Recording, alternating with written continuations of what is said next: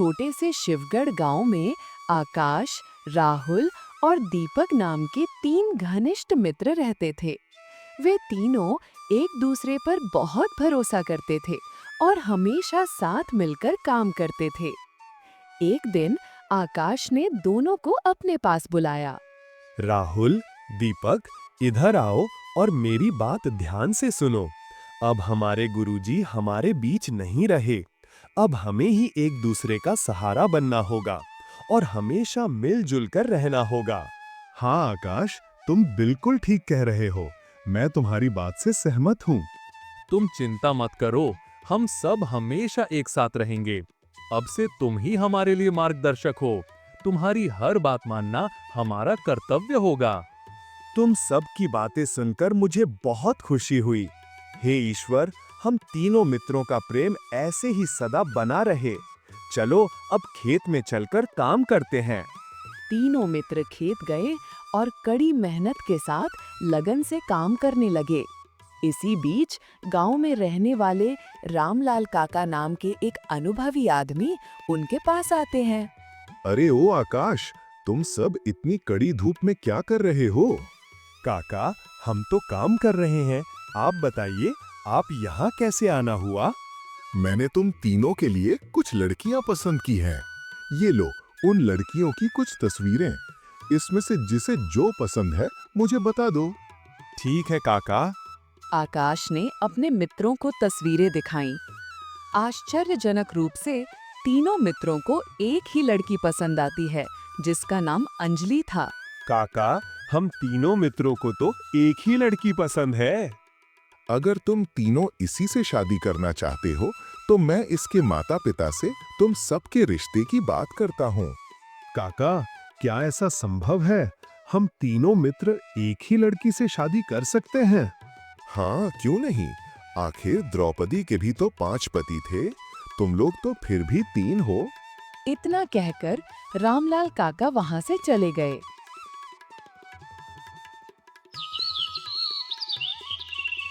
अगले दिन रामलाल काका उन तीनों मित्रों के घर पहुंचे। आकाश, राहुल, दीपक, जल्दी से बाहर आओ। तुम लोगों के लिए एक बहुत बड़ी खुशखबरी है। अरे क्या हुआ काका, क्या बात है? अंजलि के घर वाले शादी के लिए मान गए हैं। वो जल्द से जल्द शादी करना चाहते हैं। मैंने 1 हफ्ते बाद का मुहूर्त निकलवाया है।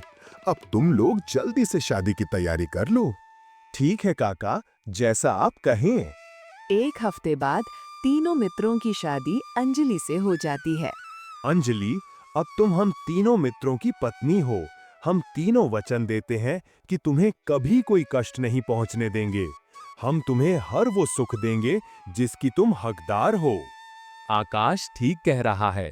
तुम्हें कभी किसी भी चीज की जरूरत हो तो हम तीनों में से किसी से भी बेझिझक कह सकती हो। आप तीनों ने मुझे अपनी पत्नी स्वीकार किया। ये मेरे लिए सौभाग्य की बात है। मैं भी वचन देती हूँ कि एक पत्नी के रूप में, एक बहू के रूप में और एक बेटी के रूप में इस घर की मर्यादा बनाए रखूंगी। अंजलि तीनों मित्रों के साथ खुशी-खुशी रहने लगती है। कुछ महीने गुजरते जाते हैं। एक दिन अंजलि खेत में जाती है। अजी सुनिए, मैं आपके लिए खाना लेकर आई हूँ। अरे, तुमने यहाँ आने का कष्ट क्यों किया? मेरे कारण तुम्हें इतनी दूर चलकर आना पड़ा। अरे प्राणनाथ, आपकी सेवा करना तो मेरा कर्तव्य है। मेरे होते हुए आप भूखे पेट काम करें, ऐसा मैं कभी होने नहीं दूंगी। अंजलि दीपक को खाना खिलाकर वापस घर लौट आती है। शाम हो जाती है, लेकिन दीपक अब तक घर नहीं लौटता है। राहुल, ये दीपक अभी तक घर वापस क्यों नहीं आया? उसने तो सुबह ही काम खत्म कर लिया था। अब न जाने वो कहाँ रह गया। हाँ, बात तो सही है। आज से पहले तो उसने कभी ऐसा नहीं किया। अरे अंजलि, तुम उसे खाना खिलाने गई थी, तो क्या तुम्हें पता है कि वो कहाँ हो सकता है? नहीं, मैं तो उन्हें खाना खिलाकर वापस आ गई थी। मुझे कुछ नहीं पता। चलो राहुल, हम चलकर उसे ढूंढते हैं। आकाश और राहुल दीपक की तलाश में निकल पड़ते हैं। दीपक को ढूंढते ढूंढते दोनों एक घने जंगल के पास जा पहुंचते हैं। अरे, अब तो रात भी हो गई और दीपक का कुछ पता भी नहीं चला। न जाने मेरा भाई कहाँ चला गया, न जाने वो किस हाल में होगा। क्या बताऊं मैं, कितनी देर हो गई उसे ढूंढते हुए, पर उसका कुछ पता नहीं चल पा रहा। चलिए आकाश, घर चलते हैं। रात को इस सुनसान जगह पर रुकना ठीक नहीं है। हाँ राहुल, तुम ठीक कह रहे हो। चलो चलते हैं, हम कल फिर से आ जाएंगे दीपक को ढूंढने के लिए। राहुल और आकाश घर वापस लौट आते हैं। दीपक के गायब होने के कारण आकाश रात भर सो नहीं पाता।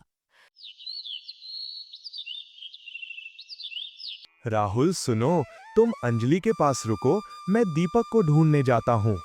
ठीक है आकाश, जैसा आप कहें। आकाश दीपक को ढूंढने निकल जाता है।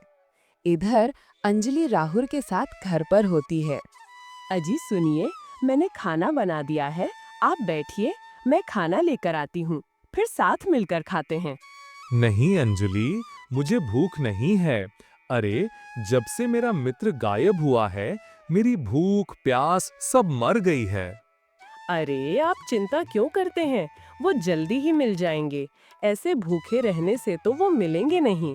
चलिए खाना खा लीजिए, वरना मैं भी नहीं खाऊंगी। अच्छा ठीक है, मेरे कारण तुम भूखी रहो, ऐसा कैसे हो सकता है? चलो खाना खाते हैं। राहुल ये कहकर अब खाना खाने लगता है। इधर आकाश दीपक को ढूंढते हुए कभी नदी किनारे तो कभी पहाड़ों की तरफ भटकता है, लेकिन उसे आज भी दीपक का कुछ पता नहीं चलता। ये दीपक आखिरकार बिना बताए जा कहाँ सकता है? उसने पहले तो कभी ऐसा नहीं किया। समझ नहीं आता, कहीं वो किसी खतरे में तो नहीं है। आकाश जैसे ही आगे बढ़ता है, उसे कुछ सुनाई देता है, जैसे कोई मंत्र पढ़ रहा हो। आकाश उस मंत्र को सुनते सुनते आगे जाकर देखता है तो पेड़ के नीचे एक अघोरी बाबा तपस्या कर रहे होते हैं। आकाश अघोरी बाबा को देखकर वहां से निकलने की कोशिश करता है। अगर मेरी वजह से इनकी तपस्या भंग हो गई तो कहीं ये मुझे श्राप न दे दें। चलो जल्दी से यहाँ से निकलता हूँ। आकाश जैसे ही वापसी के लिए अपने कदम बढ़ाता है, उसके कदमों की आहट से अघोरी बाबा की आंख खुल जाती है। रुक जाओ, तुम यहाँ इस जंगल में क्यों भटक रहे हो? क्या तुम्हें कोई परेशानी है? आकाश अघोरी बाबा को सारी बात बताता है। तुम्हारा भाई कहीं गया नहीं, बल्कि उसे कैद किया गया है। कैद किया है? पर अघोरी महाराज, ऐसा कौन कर सकता है? हमारी तो किसी से दुश्मनी भी नहीं है। ये काम किसी और का नहीं, बल्कि तुम्हारी पत्नी का है। क्या? ये आप क्या कह रहे हैं अघोरी महाराज? भला वो ऐसा क्यों करेगी? क्योंकि वो कोई इंसान नहीं, बल्कि एक चुड़ैल है, और वो आने वाले पूर्णिमा में इंसानों को खाकर अपनी भूख मिटाती है। आकाश ये सब सुनकर दंग रह जाता है। तो अघोरी महाराज, अब मैं क्या करूं? मैं उस चुड़ैल से कैसे निपटूं? मेरा एक और मित्र उसके साथ घर पर है। चिंता मत करो, तुम्हारे मित्र को कुछ नहीं होगा। ये लो जादुई शस्त्र, इसे उस चुड़ैल के सीने में उतार देना, चुड़ैल मर जाएगी। धन्यवाद अघोरी महाराज, आप न होते तो मुझे ये बात कभी पता ही नहीं चलती कि हमारी पत्नी एक चुड़ैल है। कोई बात नहीं बच्चा, अब तुम जाओ और अपने मित्र को बचाओ। परंतु अघोरी महाराज, मेरा भाई दीपक, अब वो मुझे कैसे मिलेगा? रात के आधे पहर को चुड़ैल अपने घर जाती है। उसी समय तुम उसका पीछा करना, तुम्हारा मित्र तुम्हें उसी के घर पर मिलेगा। अब जाओ। मैं समझ गया अघोरी महाराज, अब मुझे आप आशीर्वाद दीजिए। आकाश वापस घर लौट आता है। अंजलि रोते हुए बोली, अजी, मैं तो लुट गई, बर्बाद हो गई। राहुल भी दीपक की तरह गायब हो गया है। क्या?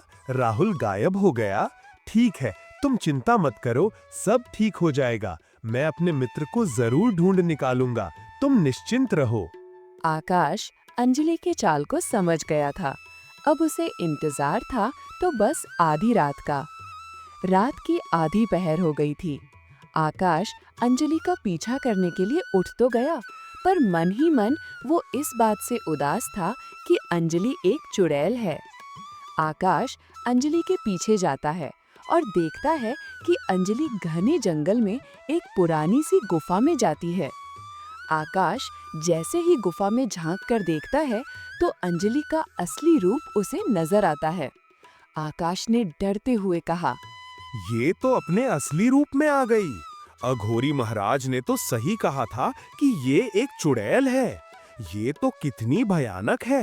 यकीन नहीं होता कि आज तक हम इस चुड़ैल के साथ रह रहे थे। अब आकाश गुफा के अंदर जाता है। तुम यहाँ कैसे आए? तुम्हारा पीछा करते हुए आया हूँ। तुम्हें क्या लगा कि तुम्हारा सच मुझे कभी पता नहीं चलेगा? तुमने हमारे प्रेम का नाजायज फायदा उठाया है। हम कभी सोच भी नहीं सकते थे कि तुम एक चुड़ैल निकलोगी। छोड़ दो मेरे मित्रों को और चली जाओ हमारी जिंदगी से। ऐसे कैसे छोड़ दूं? अब तुम्हें मेरी असलियत पता चल ही गई है, तो मैं तुम्हें भी कैद कर लेती हूँ। तू मेरा कुछ नहीं बिगाड़ सकती चुड़ैल। अब तुम्हारा खेल खत्म हुआ। अब तुम्हारा अंतिम समय आ गया है। तुम मामूली इंसान मेरा कुछ नहीं बिगाड़ सकते। चुड़ैल ये कहकर अब आकाश पर अपनी शक्तियों से वार करने लगती है। आकाश चुड़ैल के वार से बचते हुए उसके पास पहुंचता है।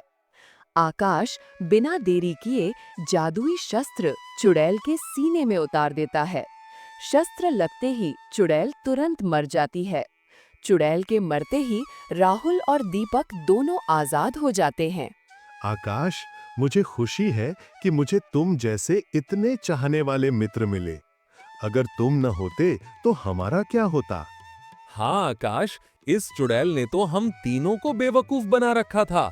हमने कभी सोचा भी नहीं था कि इतनी सुंदर लड़की एक चुड़ैल भी हो सकती है। बस बस शांत हो जाओ और पिछली बातों को भूल जाओ। ये सोचो कि कभी हमारी शादी हुई ही नहीं थी, क्योंकि बुरी चीजें जितनी जल्दी भुला दी जाएं, उतना अच्छा होता है। अब तीनों मित्र हंसी खुशी फिर से एक साथ रहने लगते हैं। किसी भी नए रिश्ते में जुड़ने से पहले उसके बारे में अच्छे से जांच पड़ताल जरूर कर लेनी चाहिए, नहीं तो वो अनजान रिश्ता बाद में हमारे लिए खतरा भी बन सकता है, जिस तरह अंजलि उन तीनों के लिए बाद में खतरा बन जाती है। दोस्तों, अगर आप अपनी माँ से प्यार करते हो तो चैनल को सब्सक्राइब और लाइक कर देना। धन्यवाद।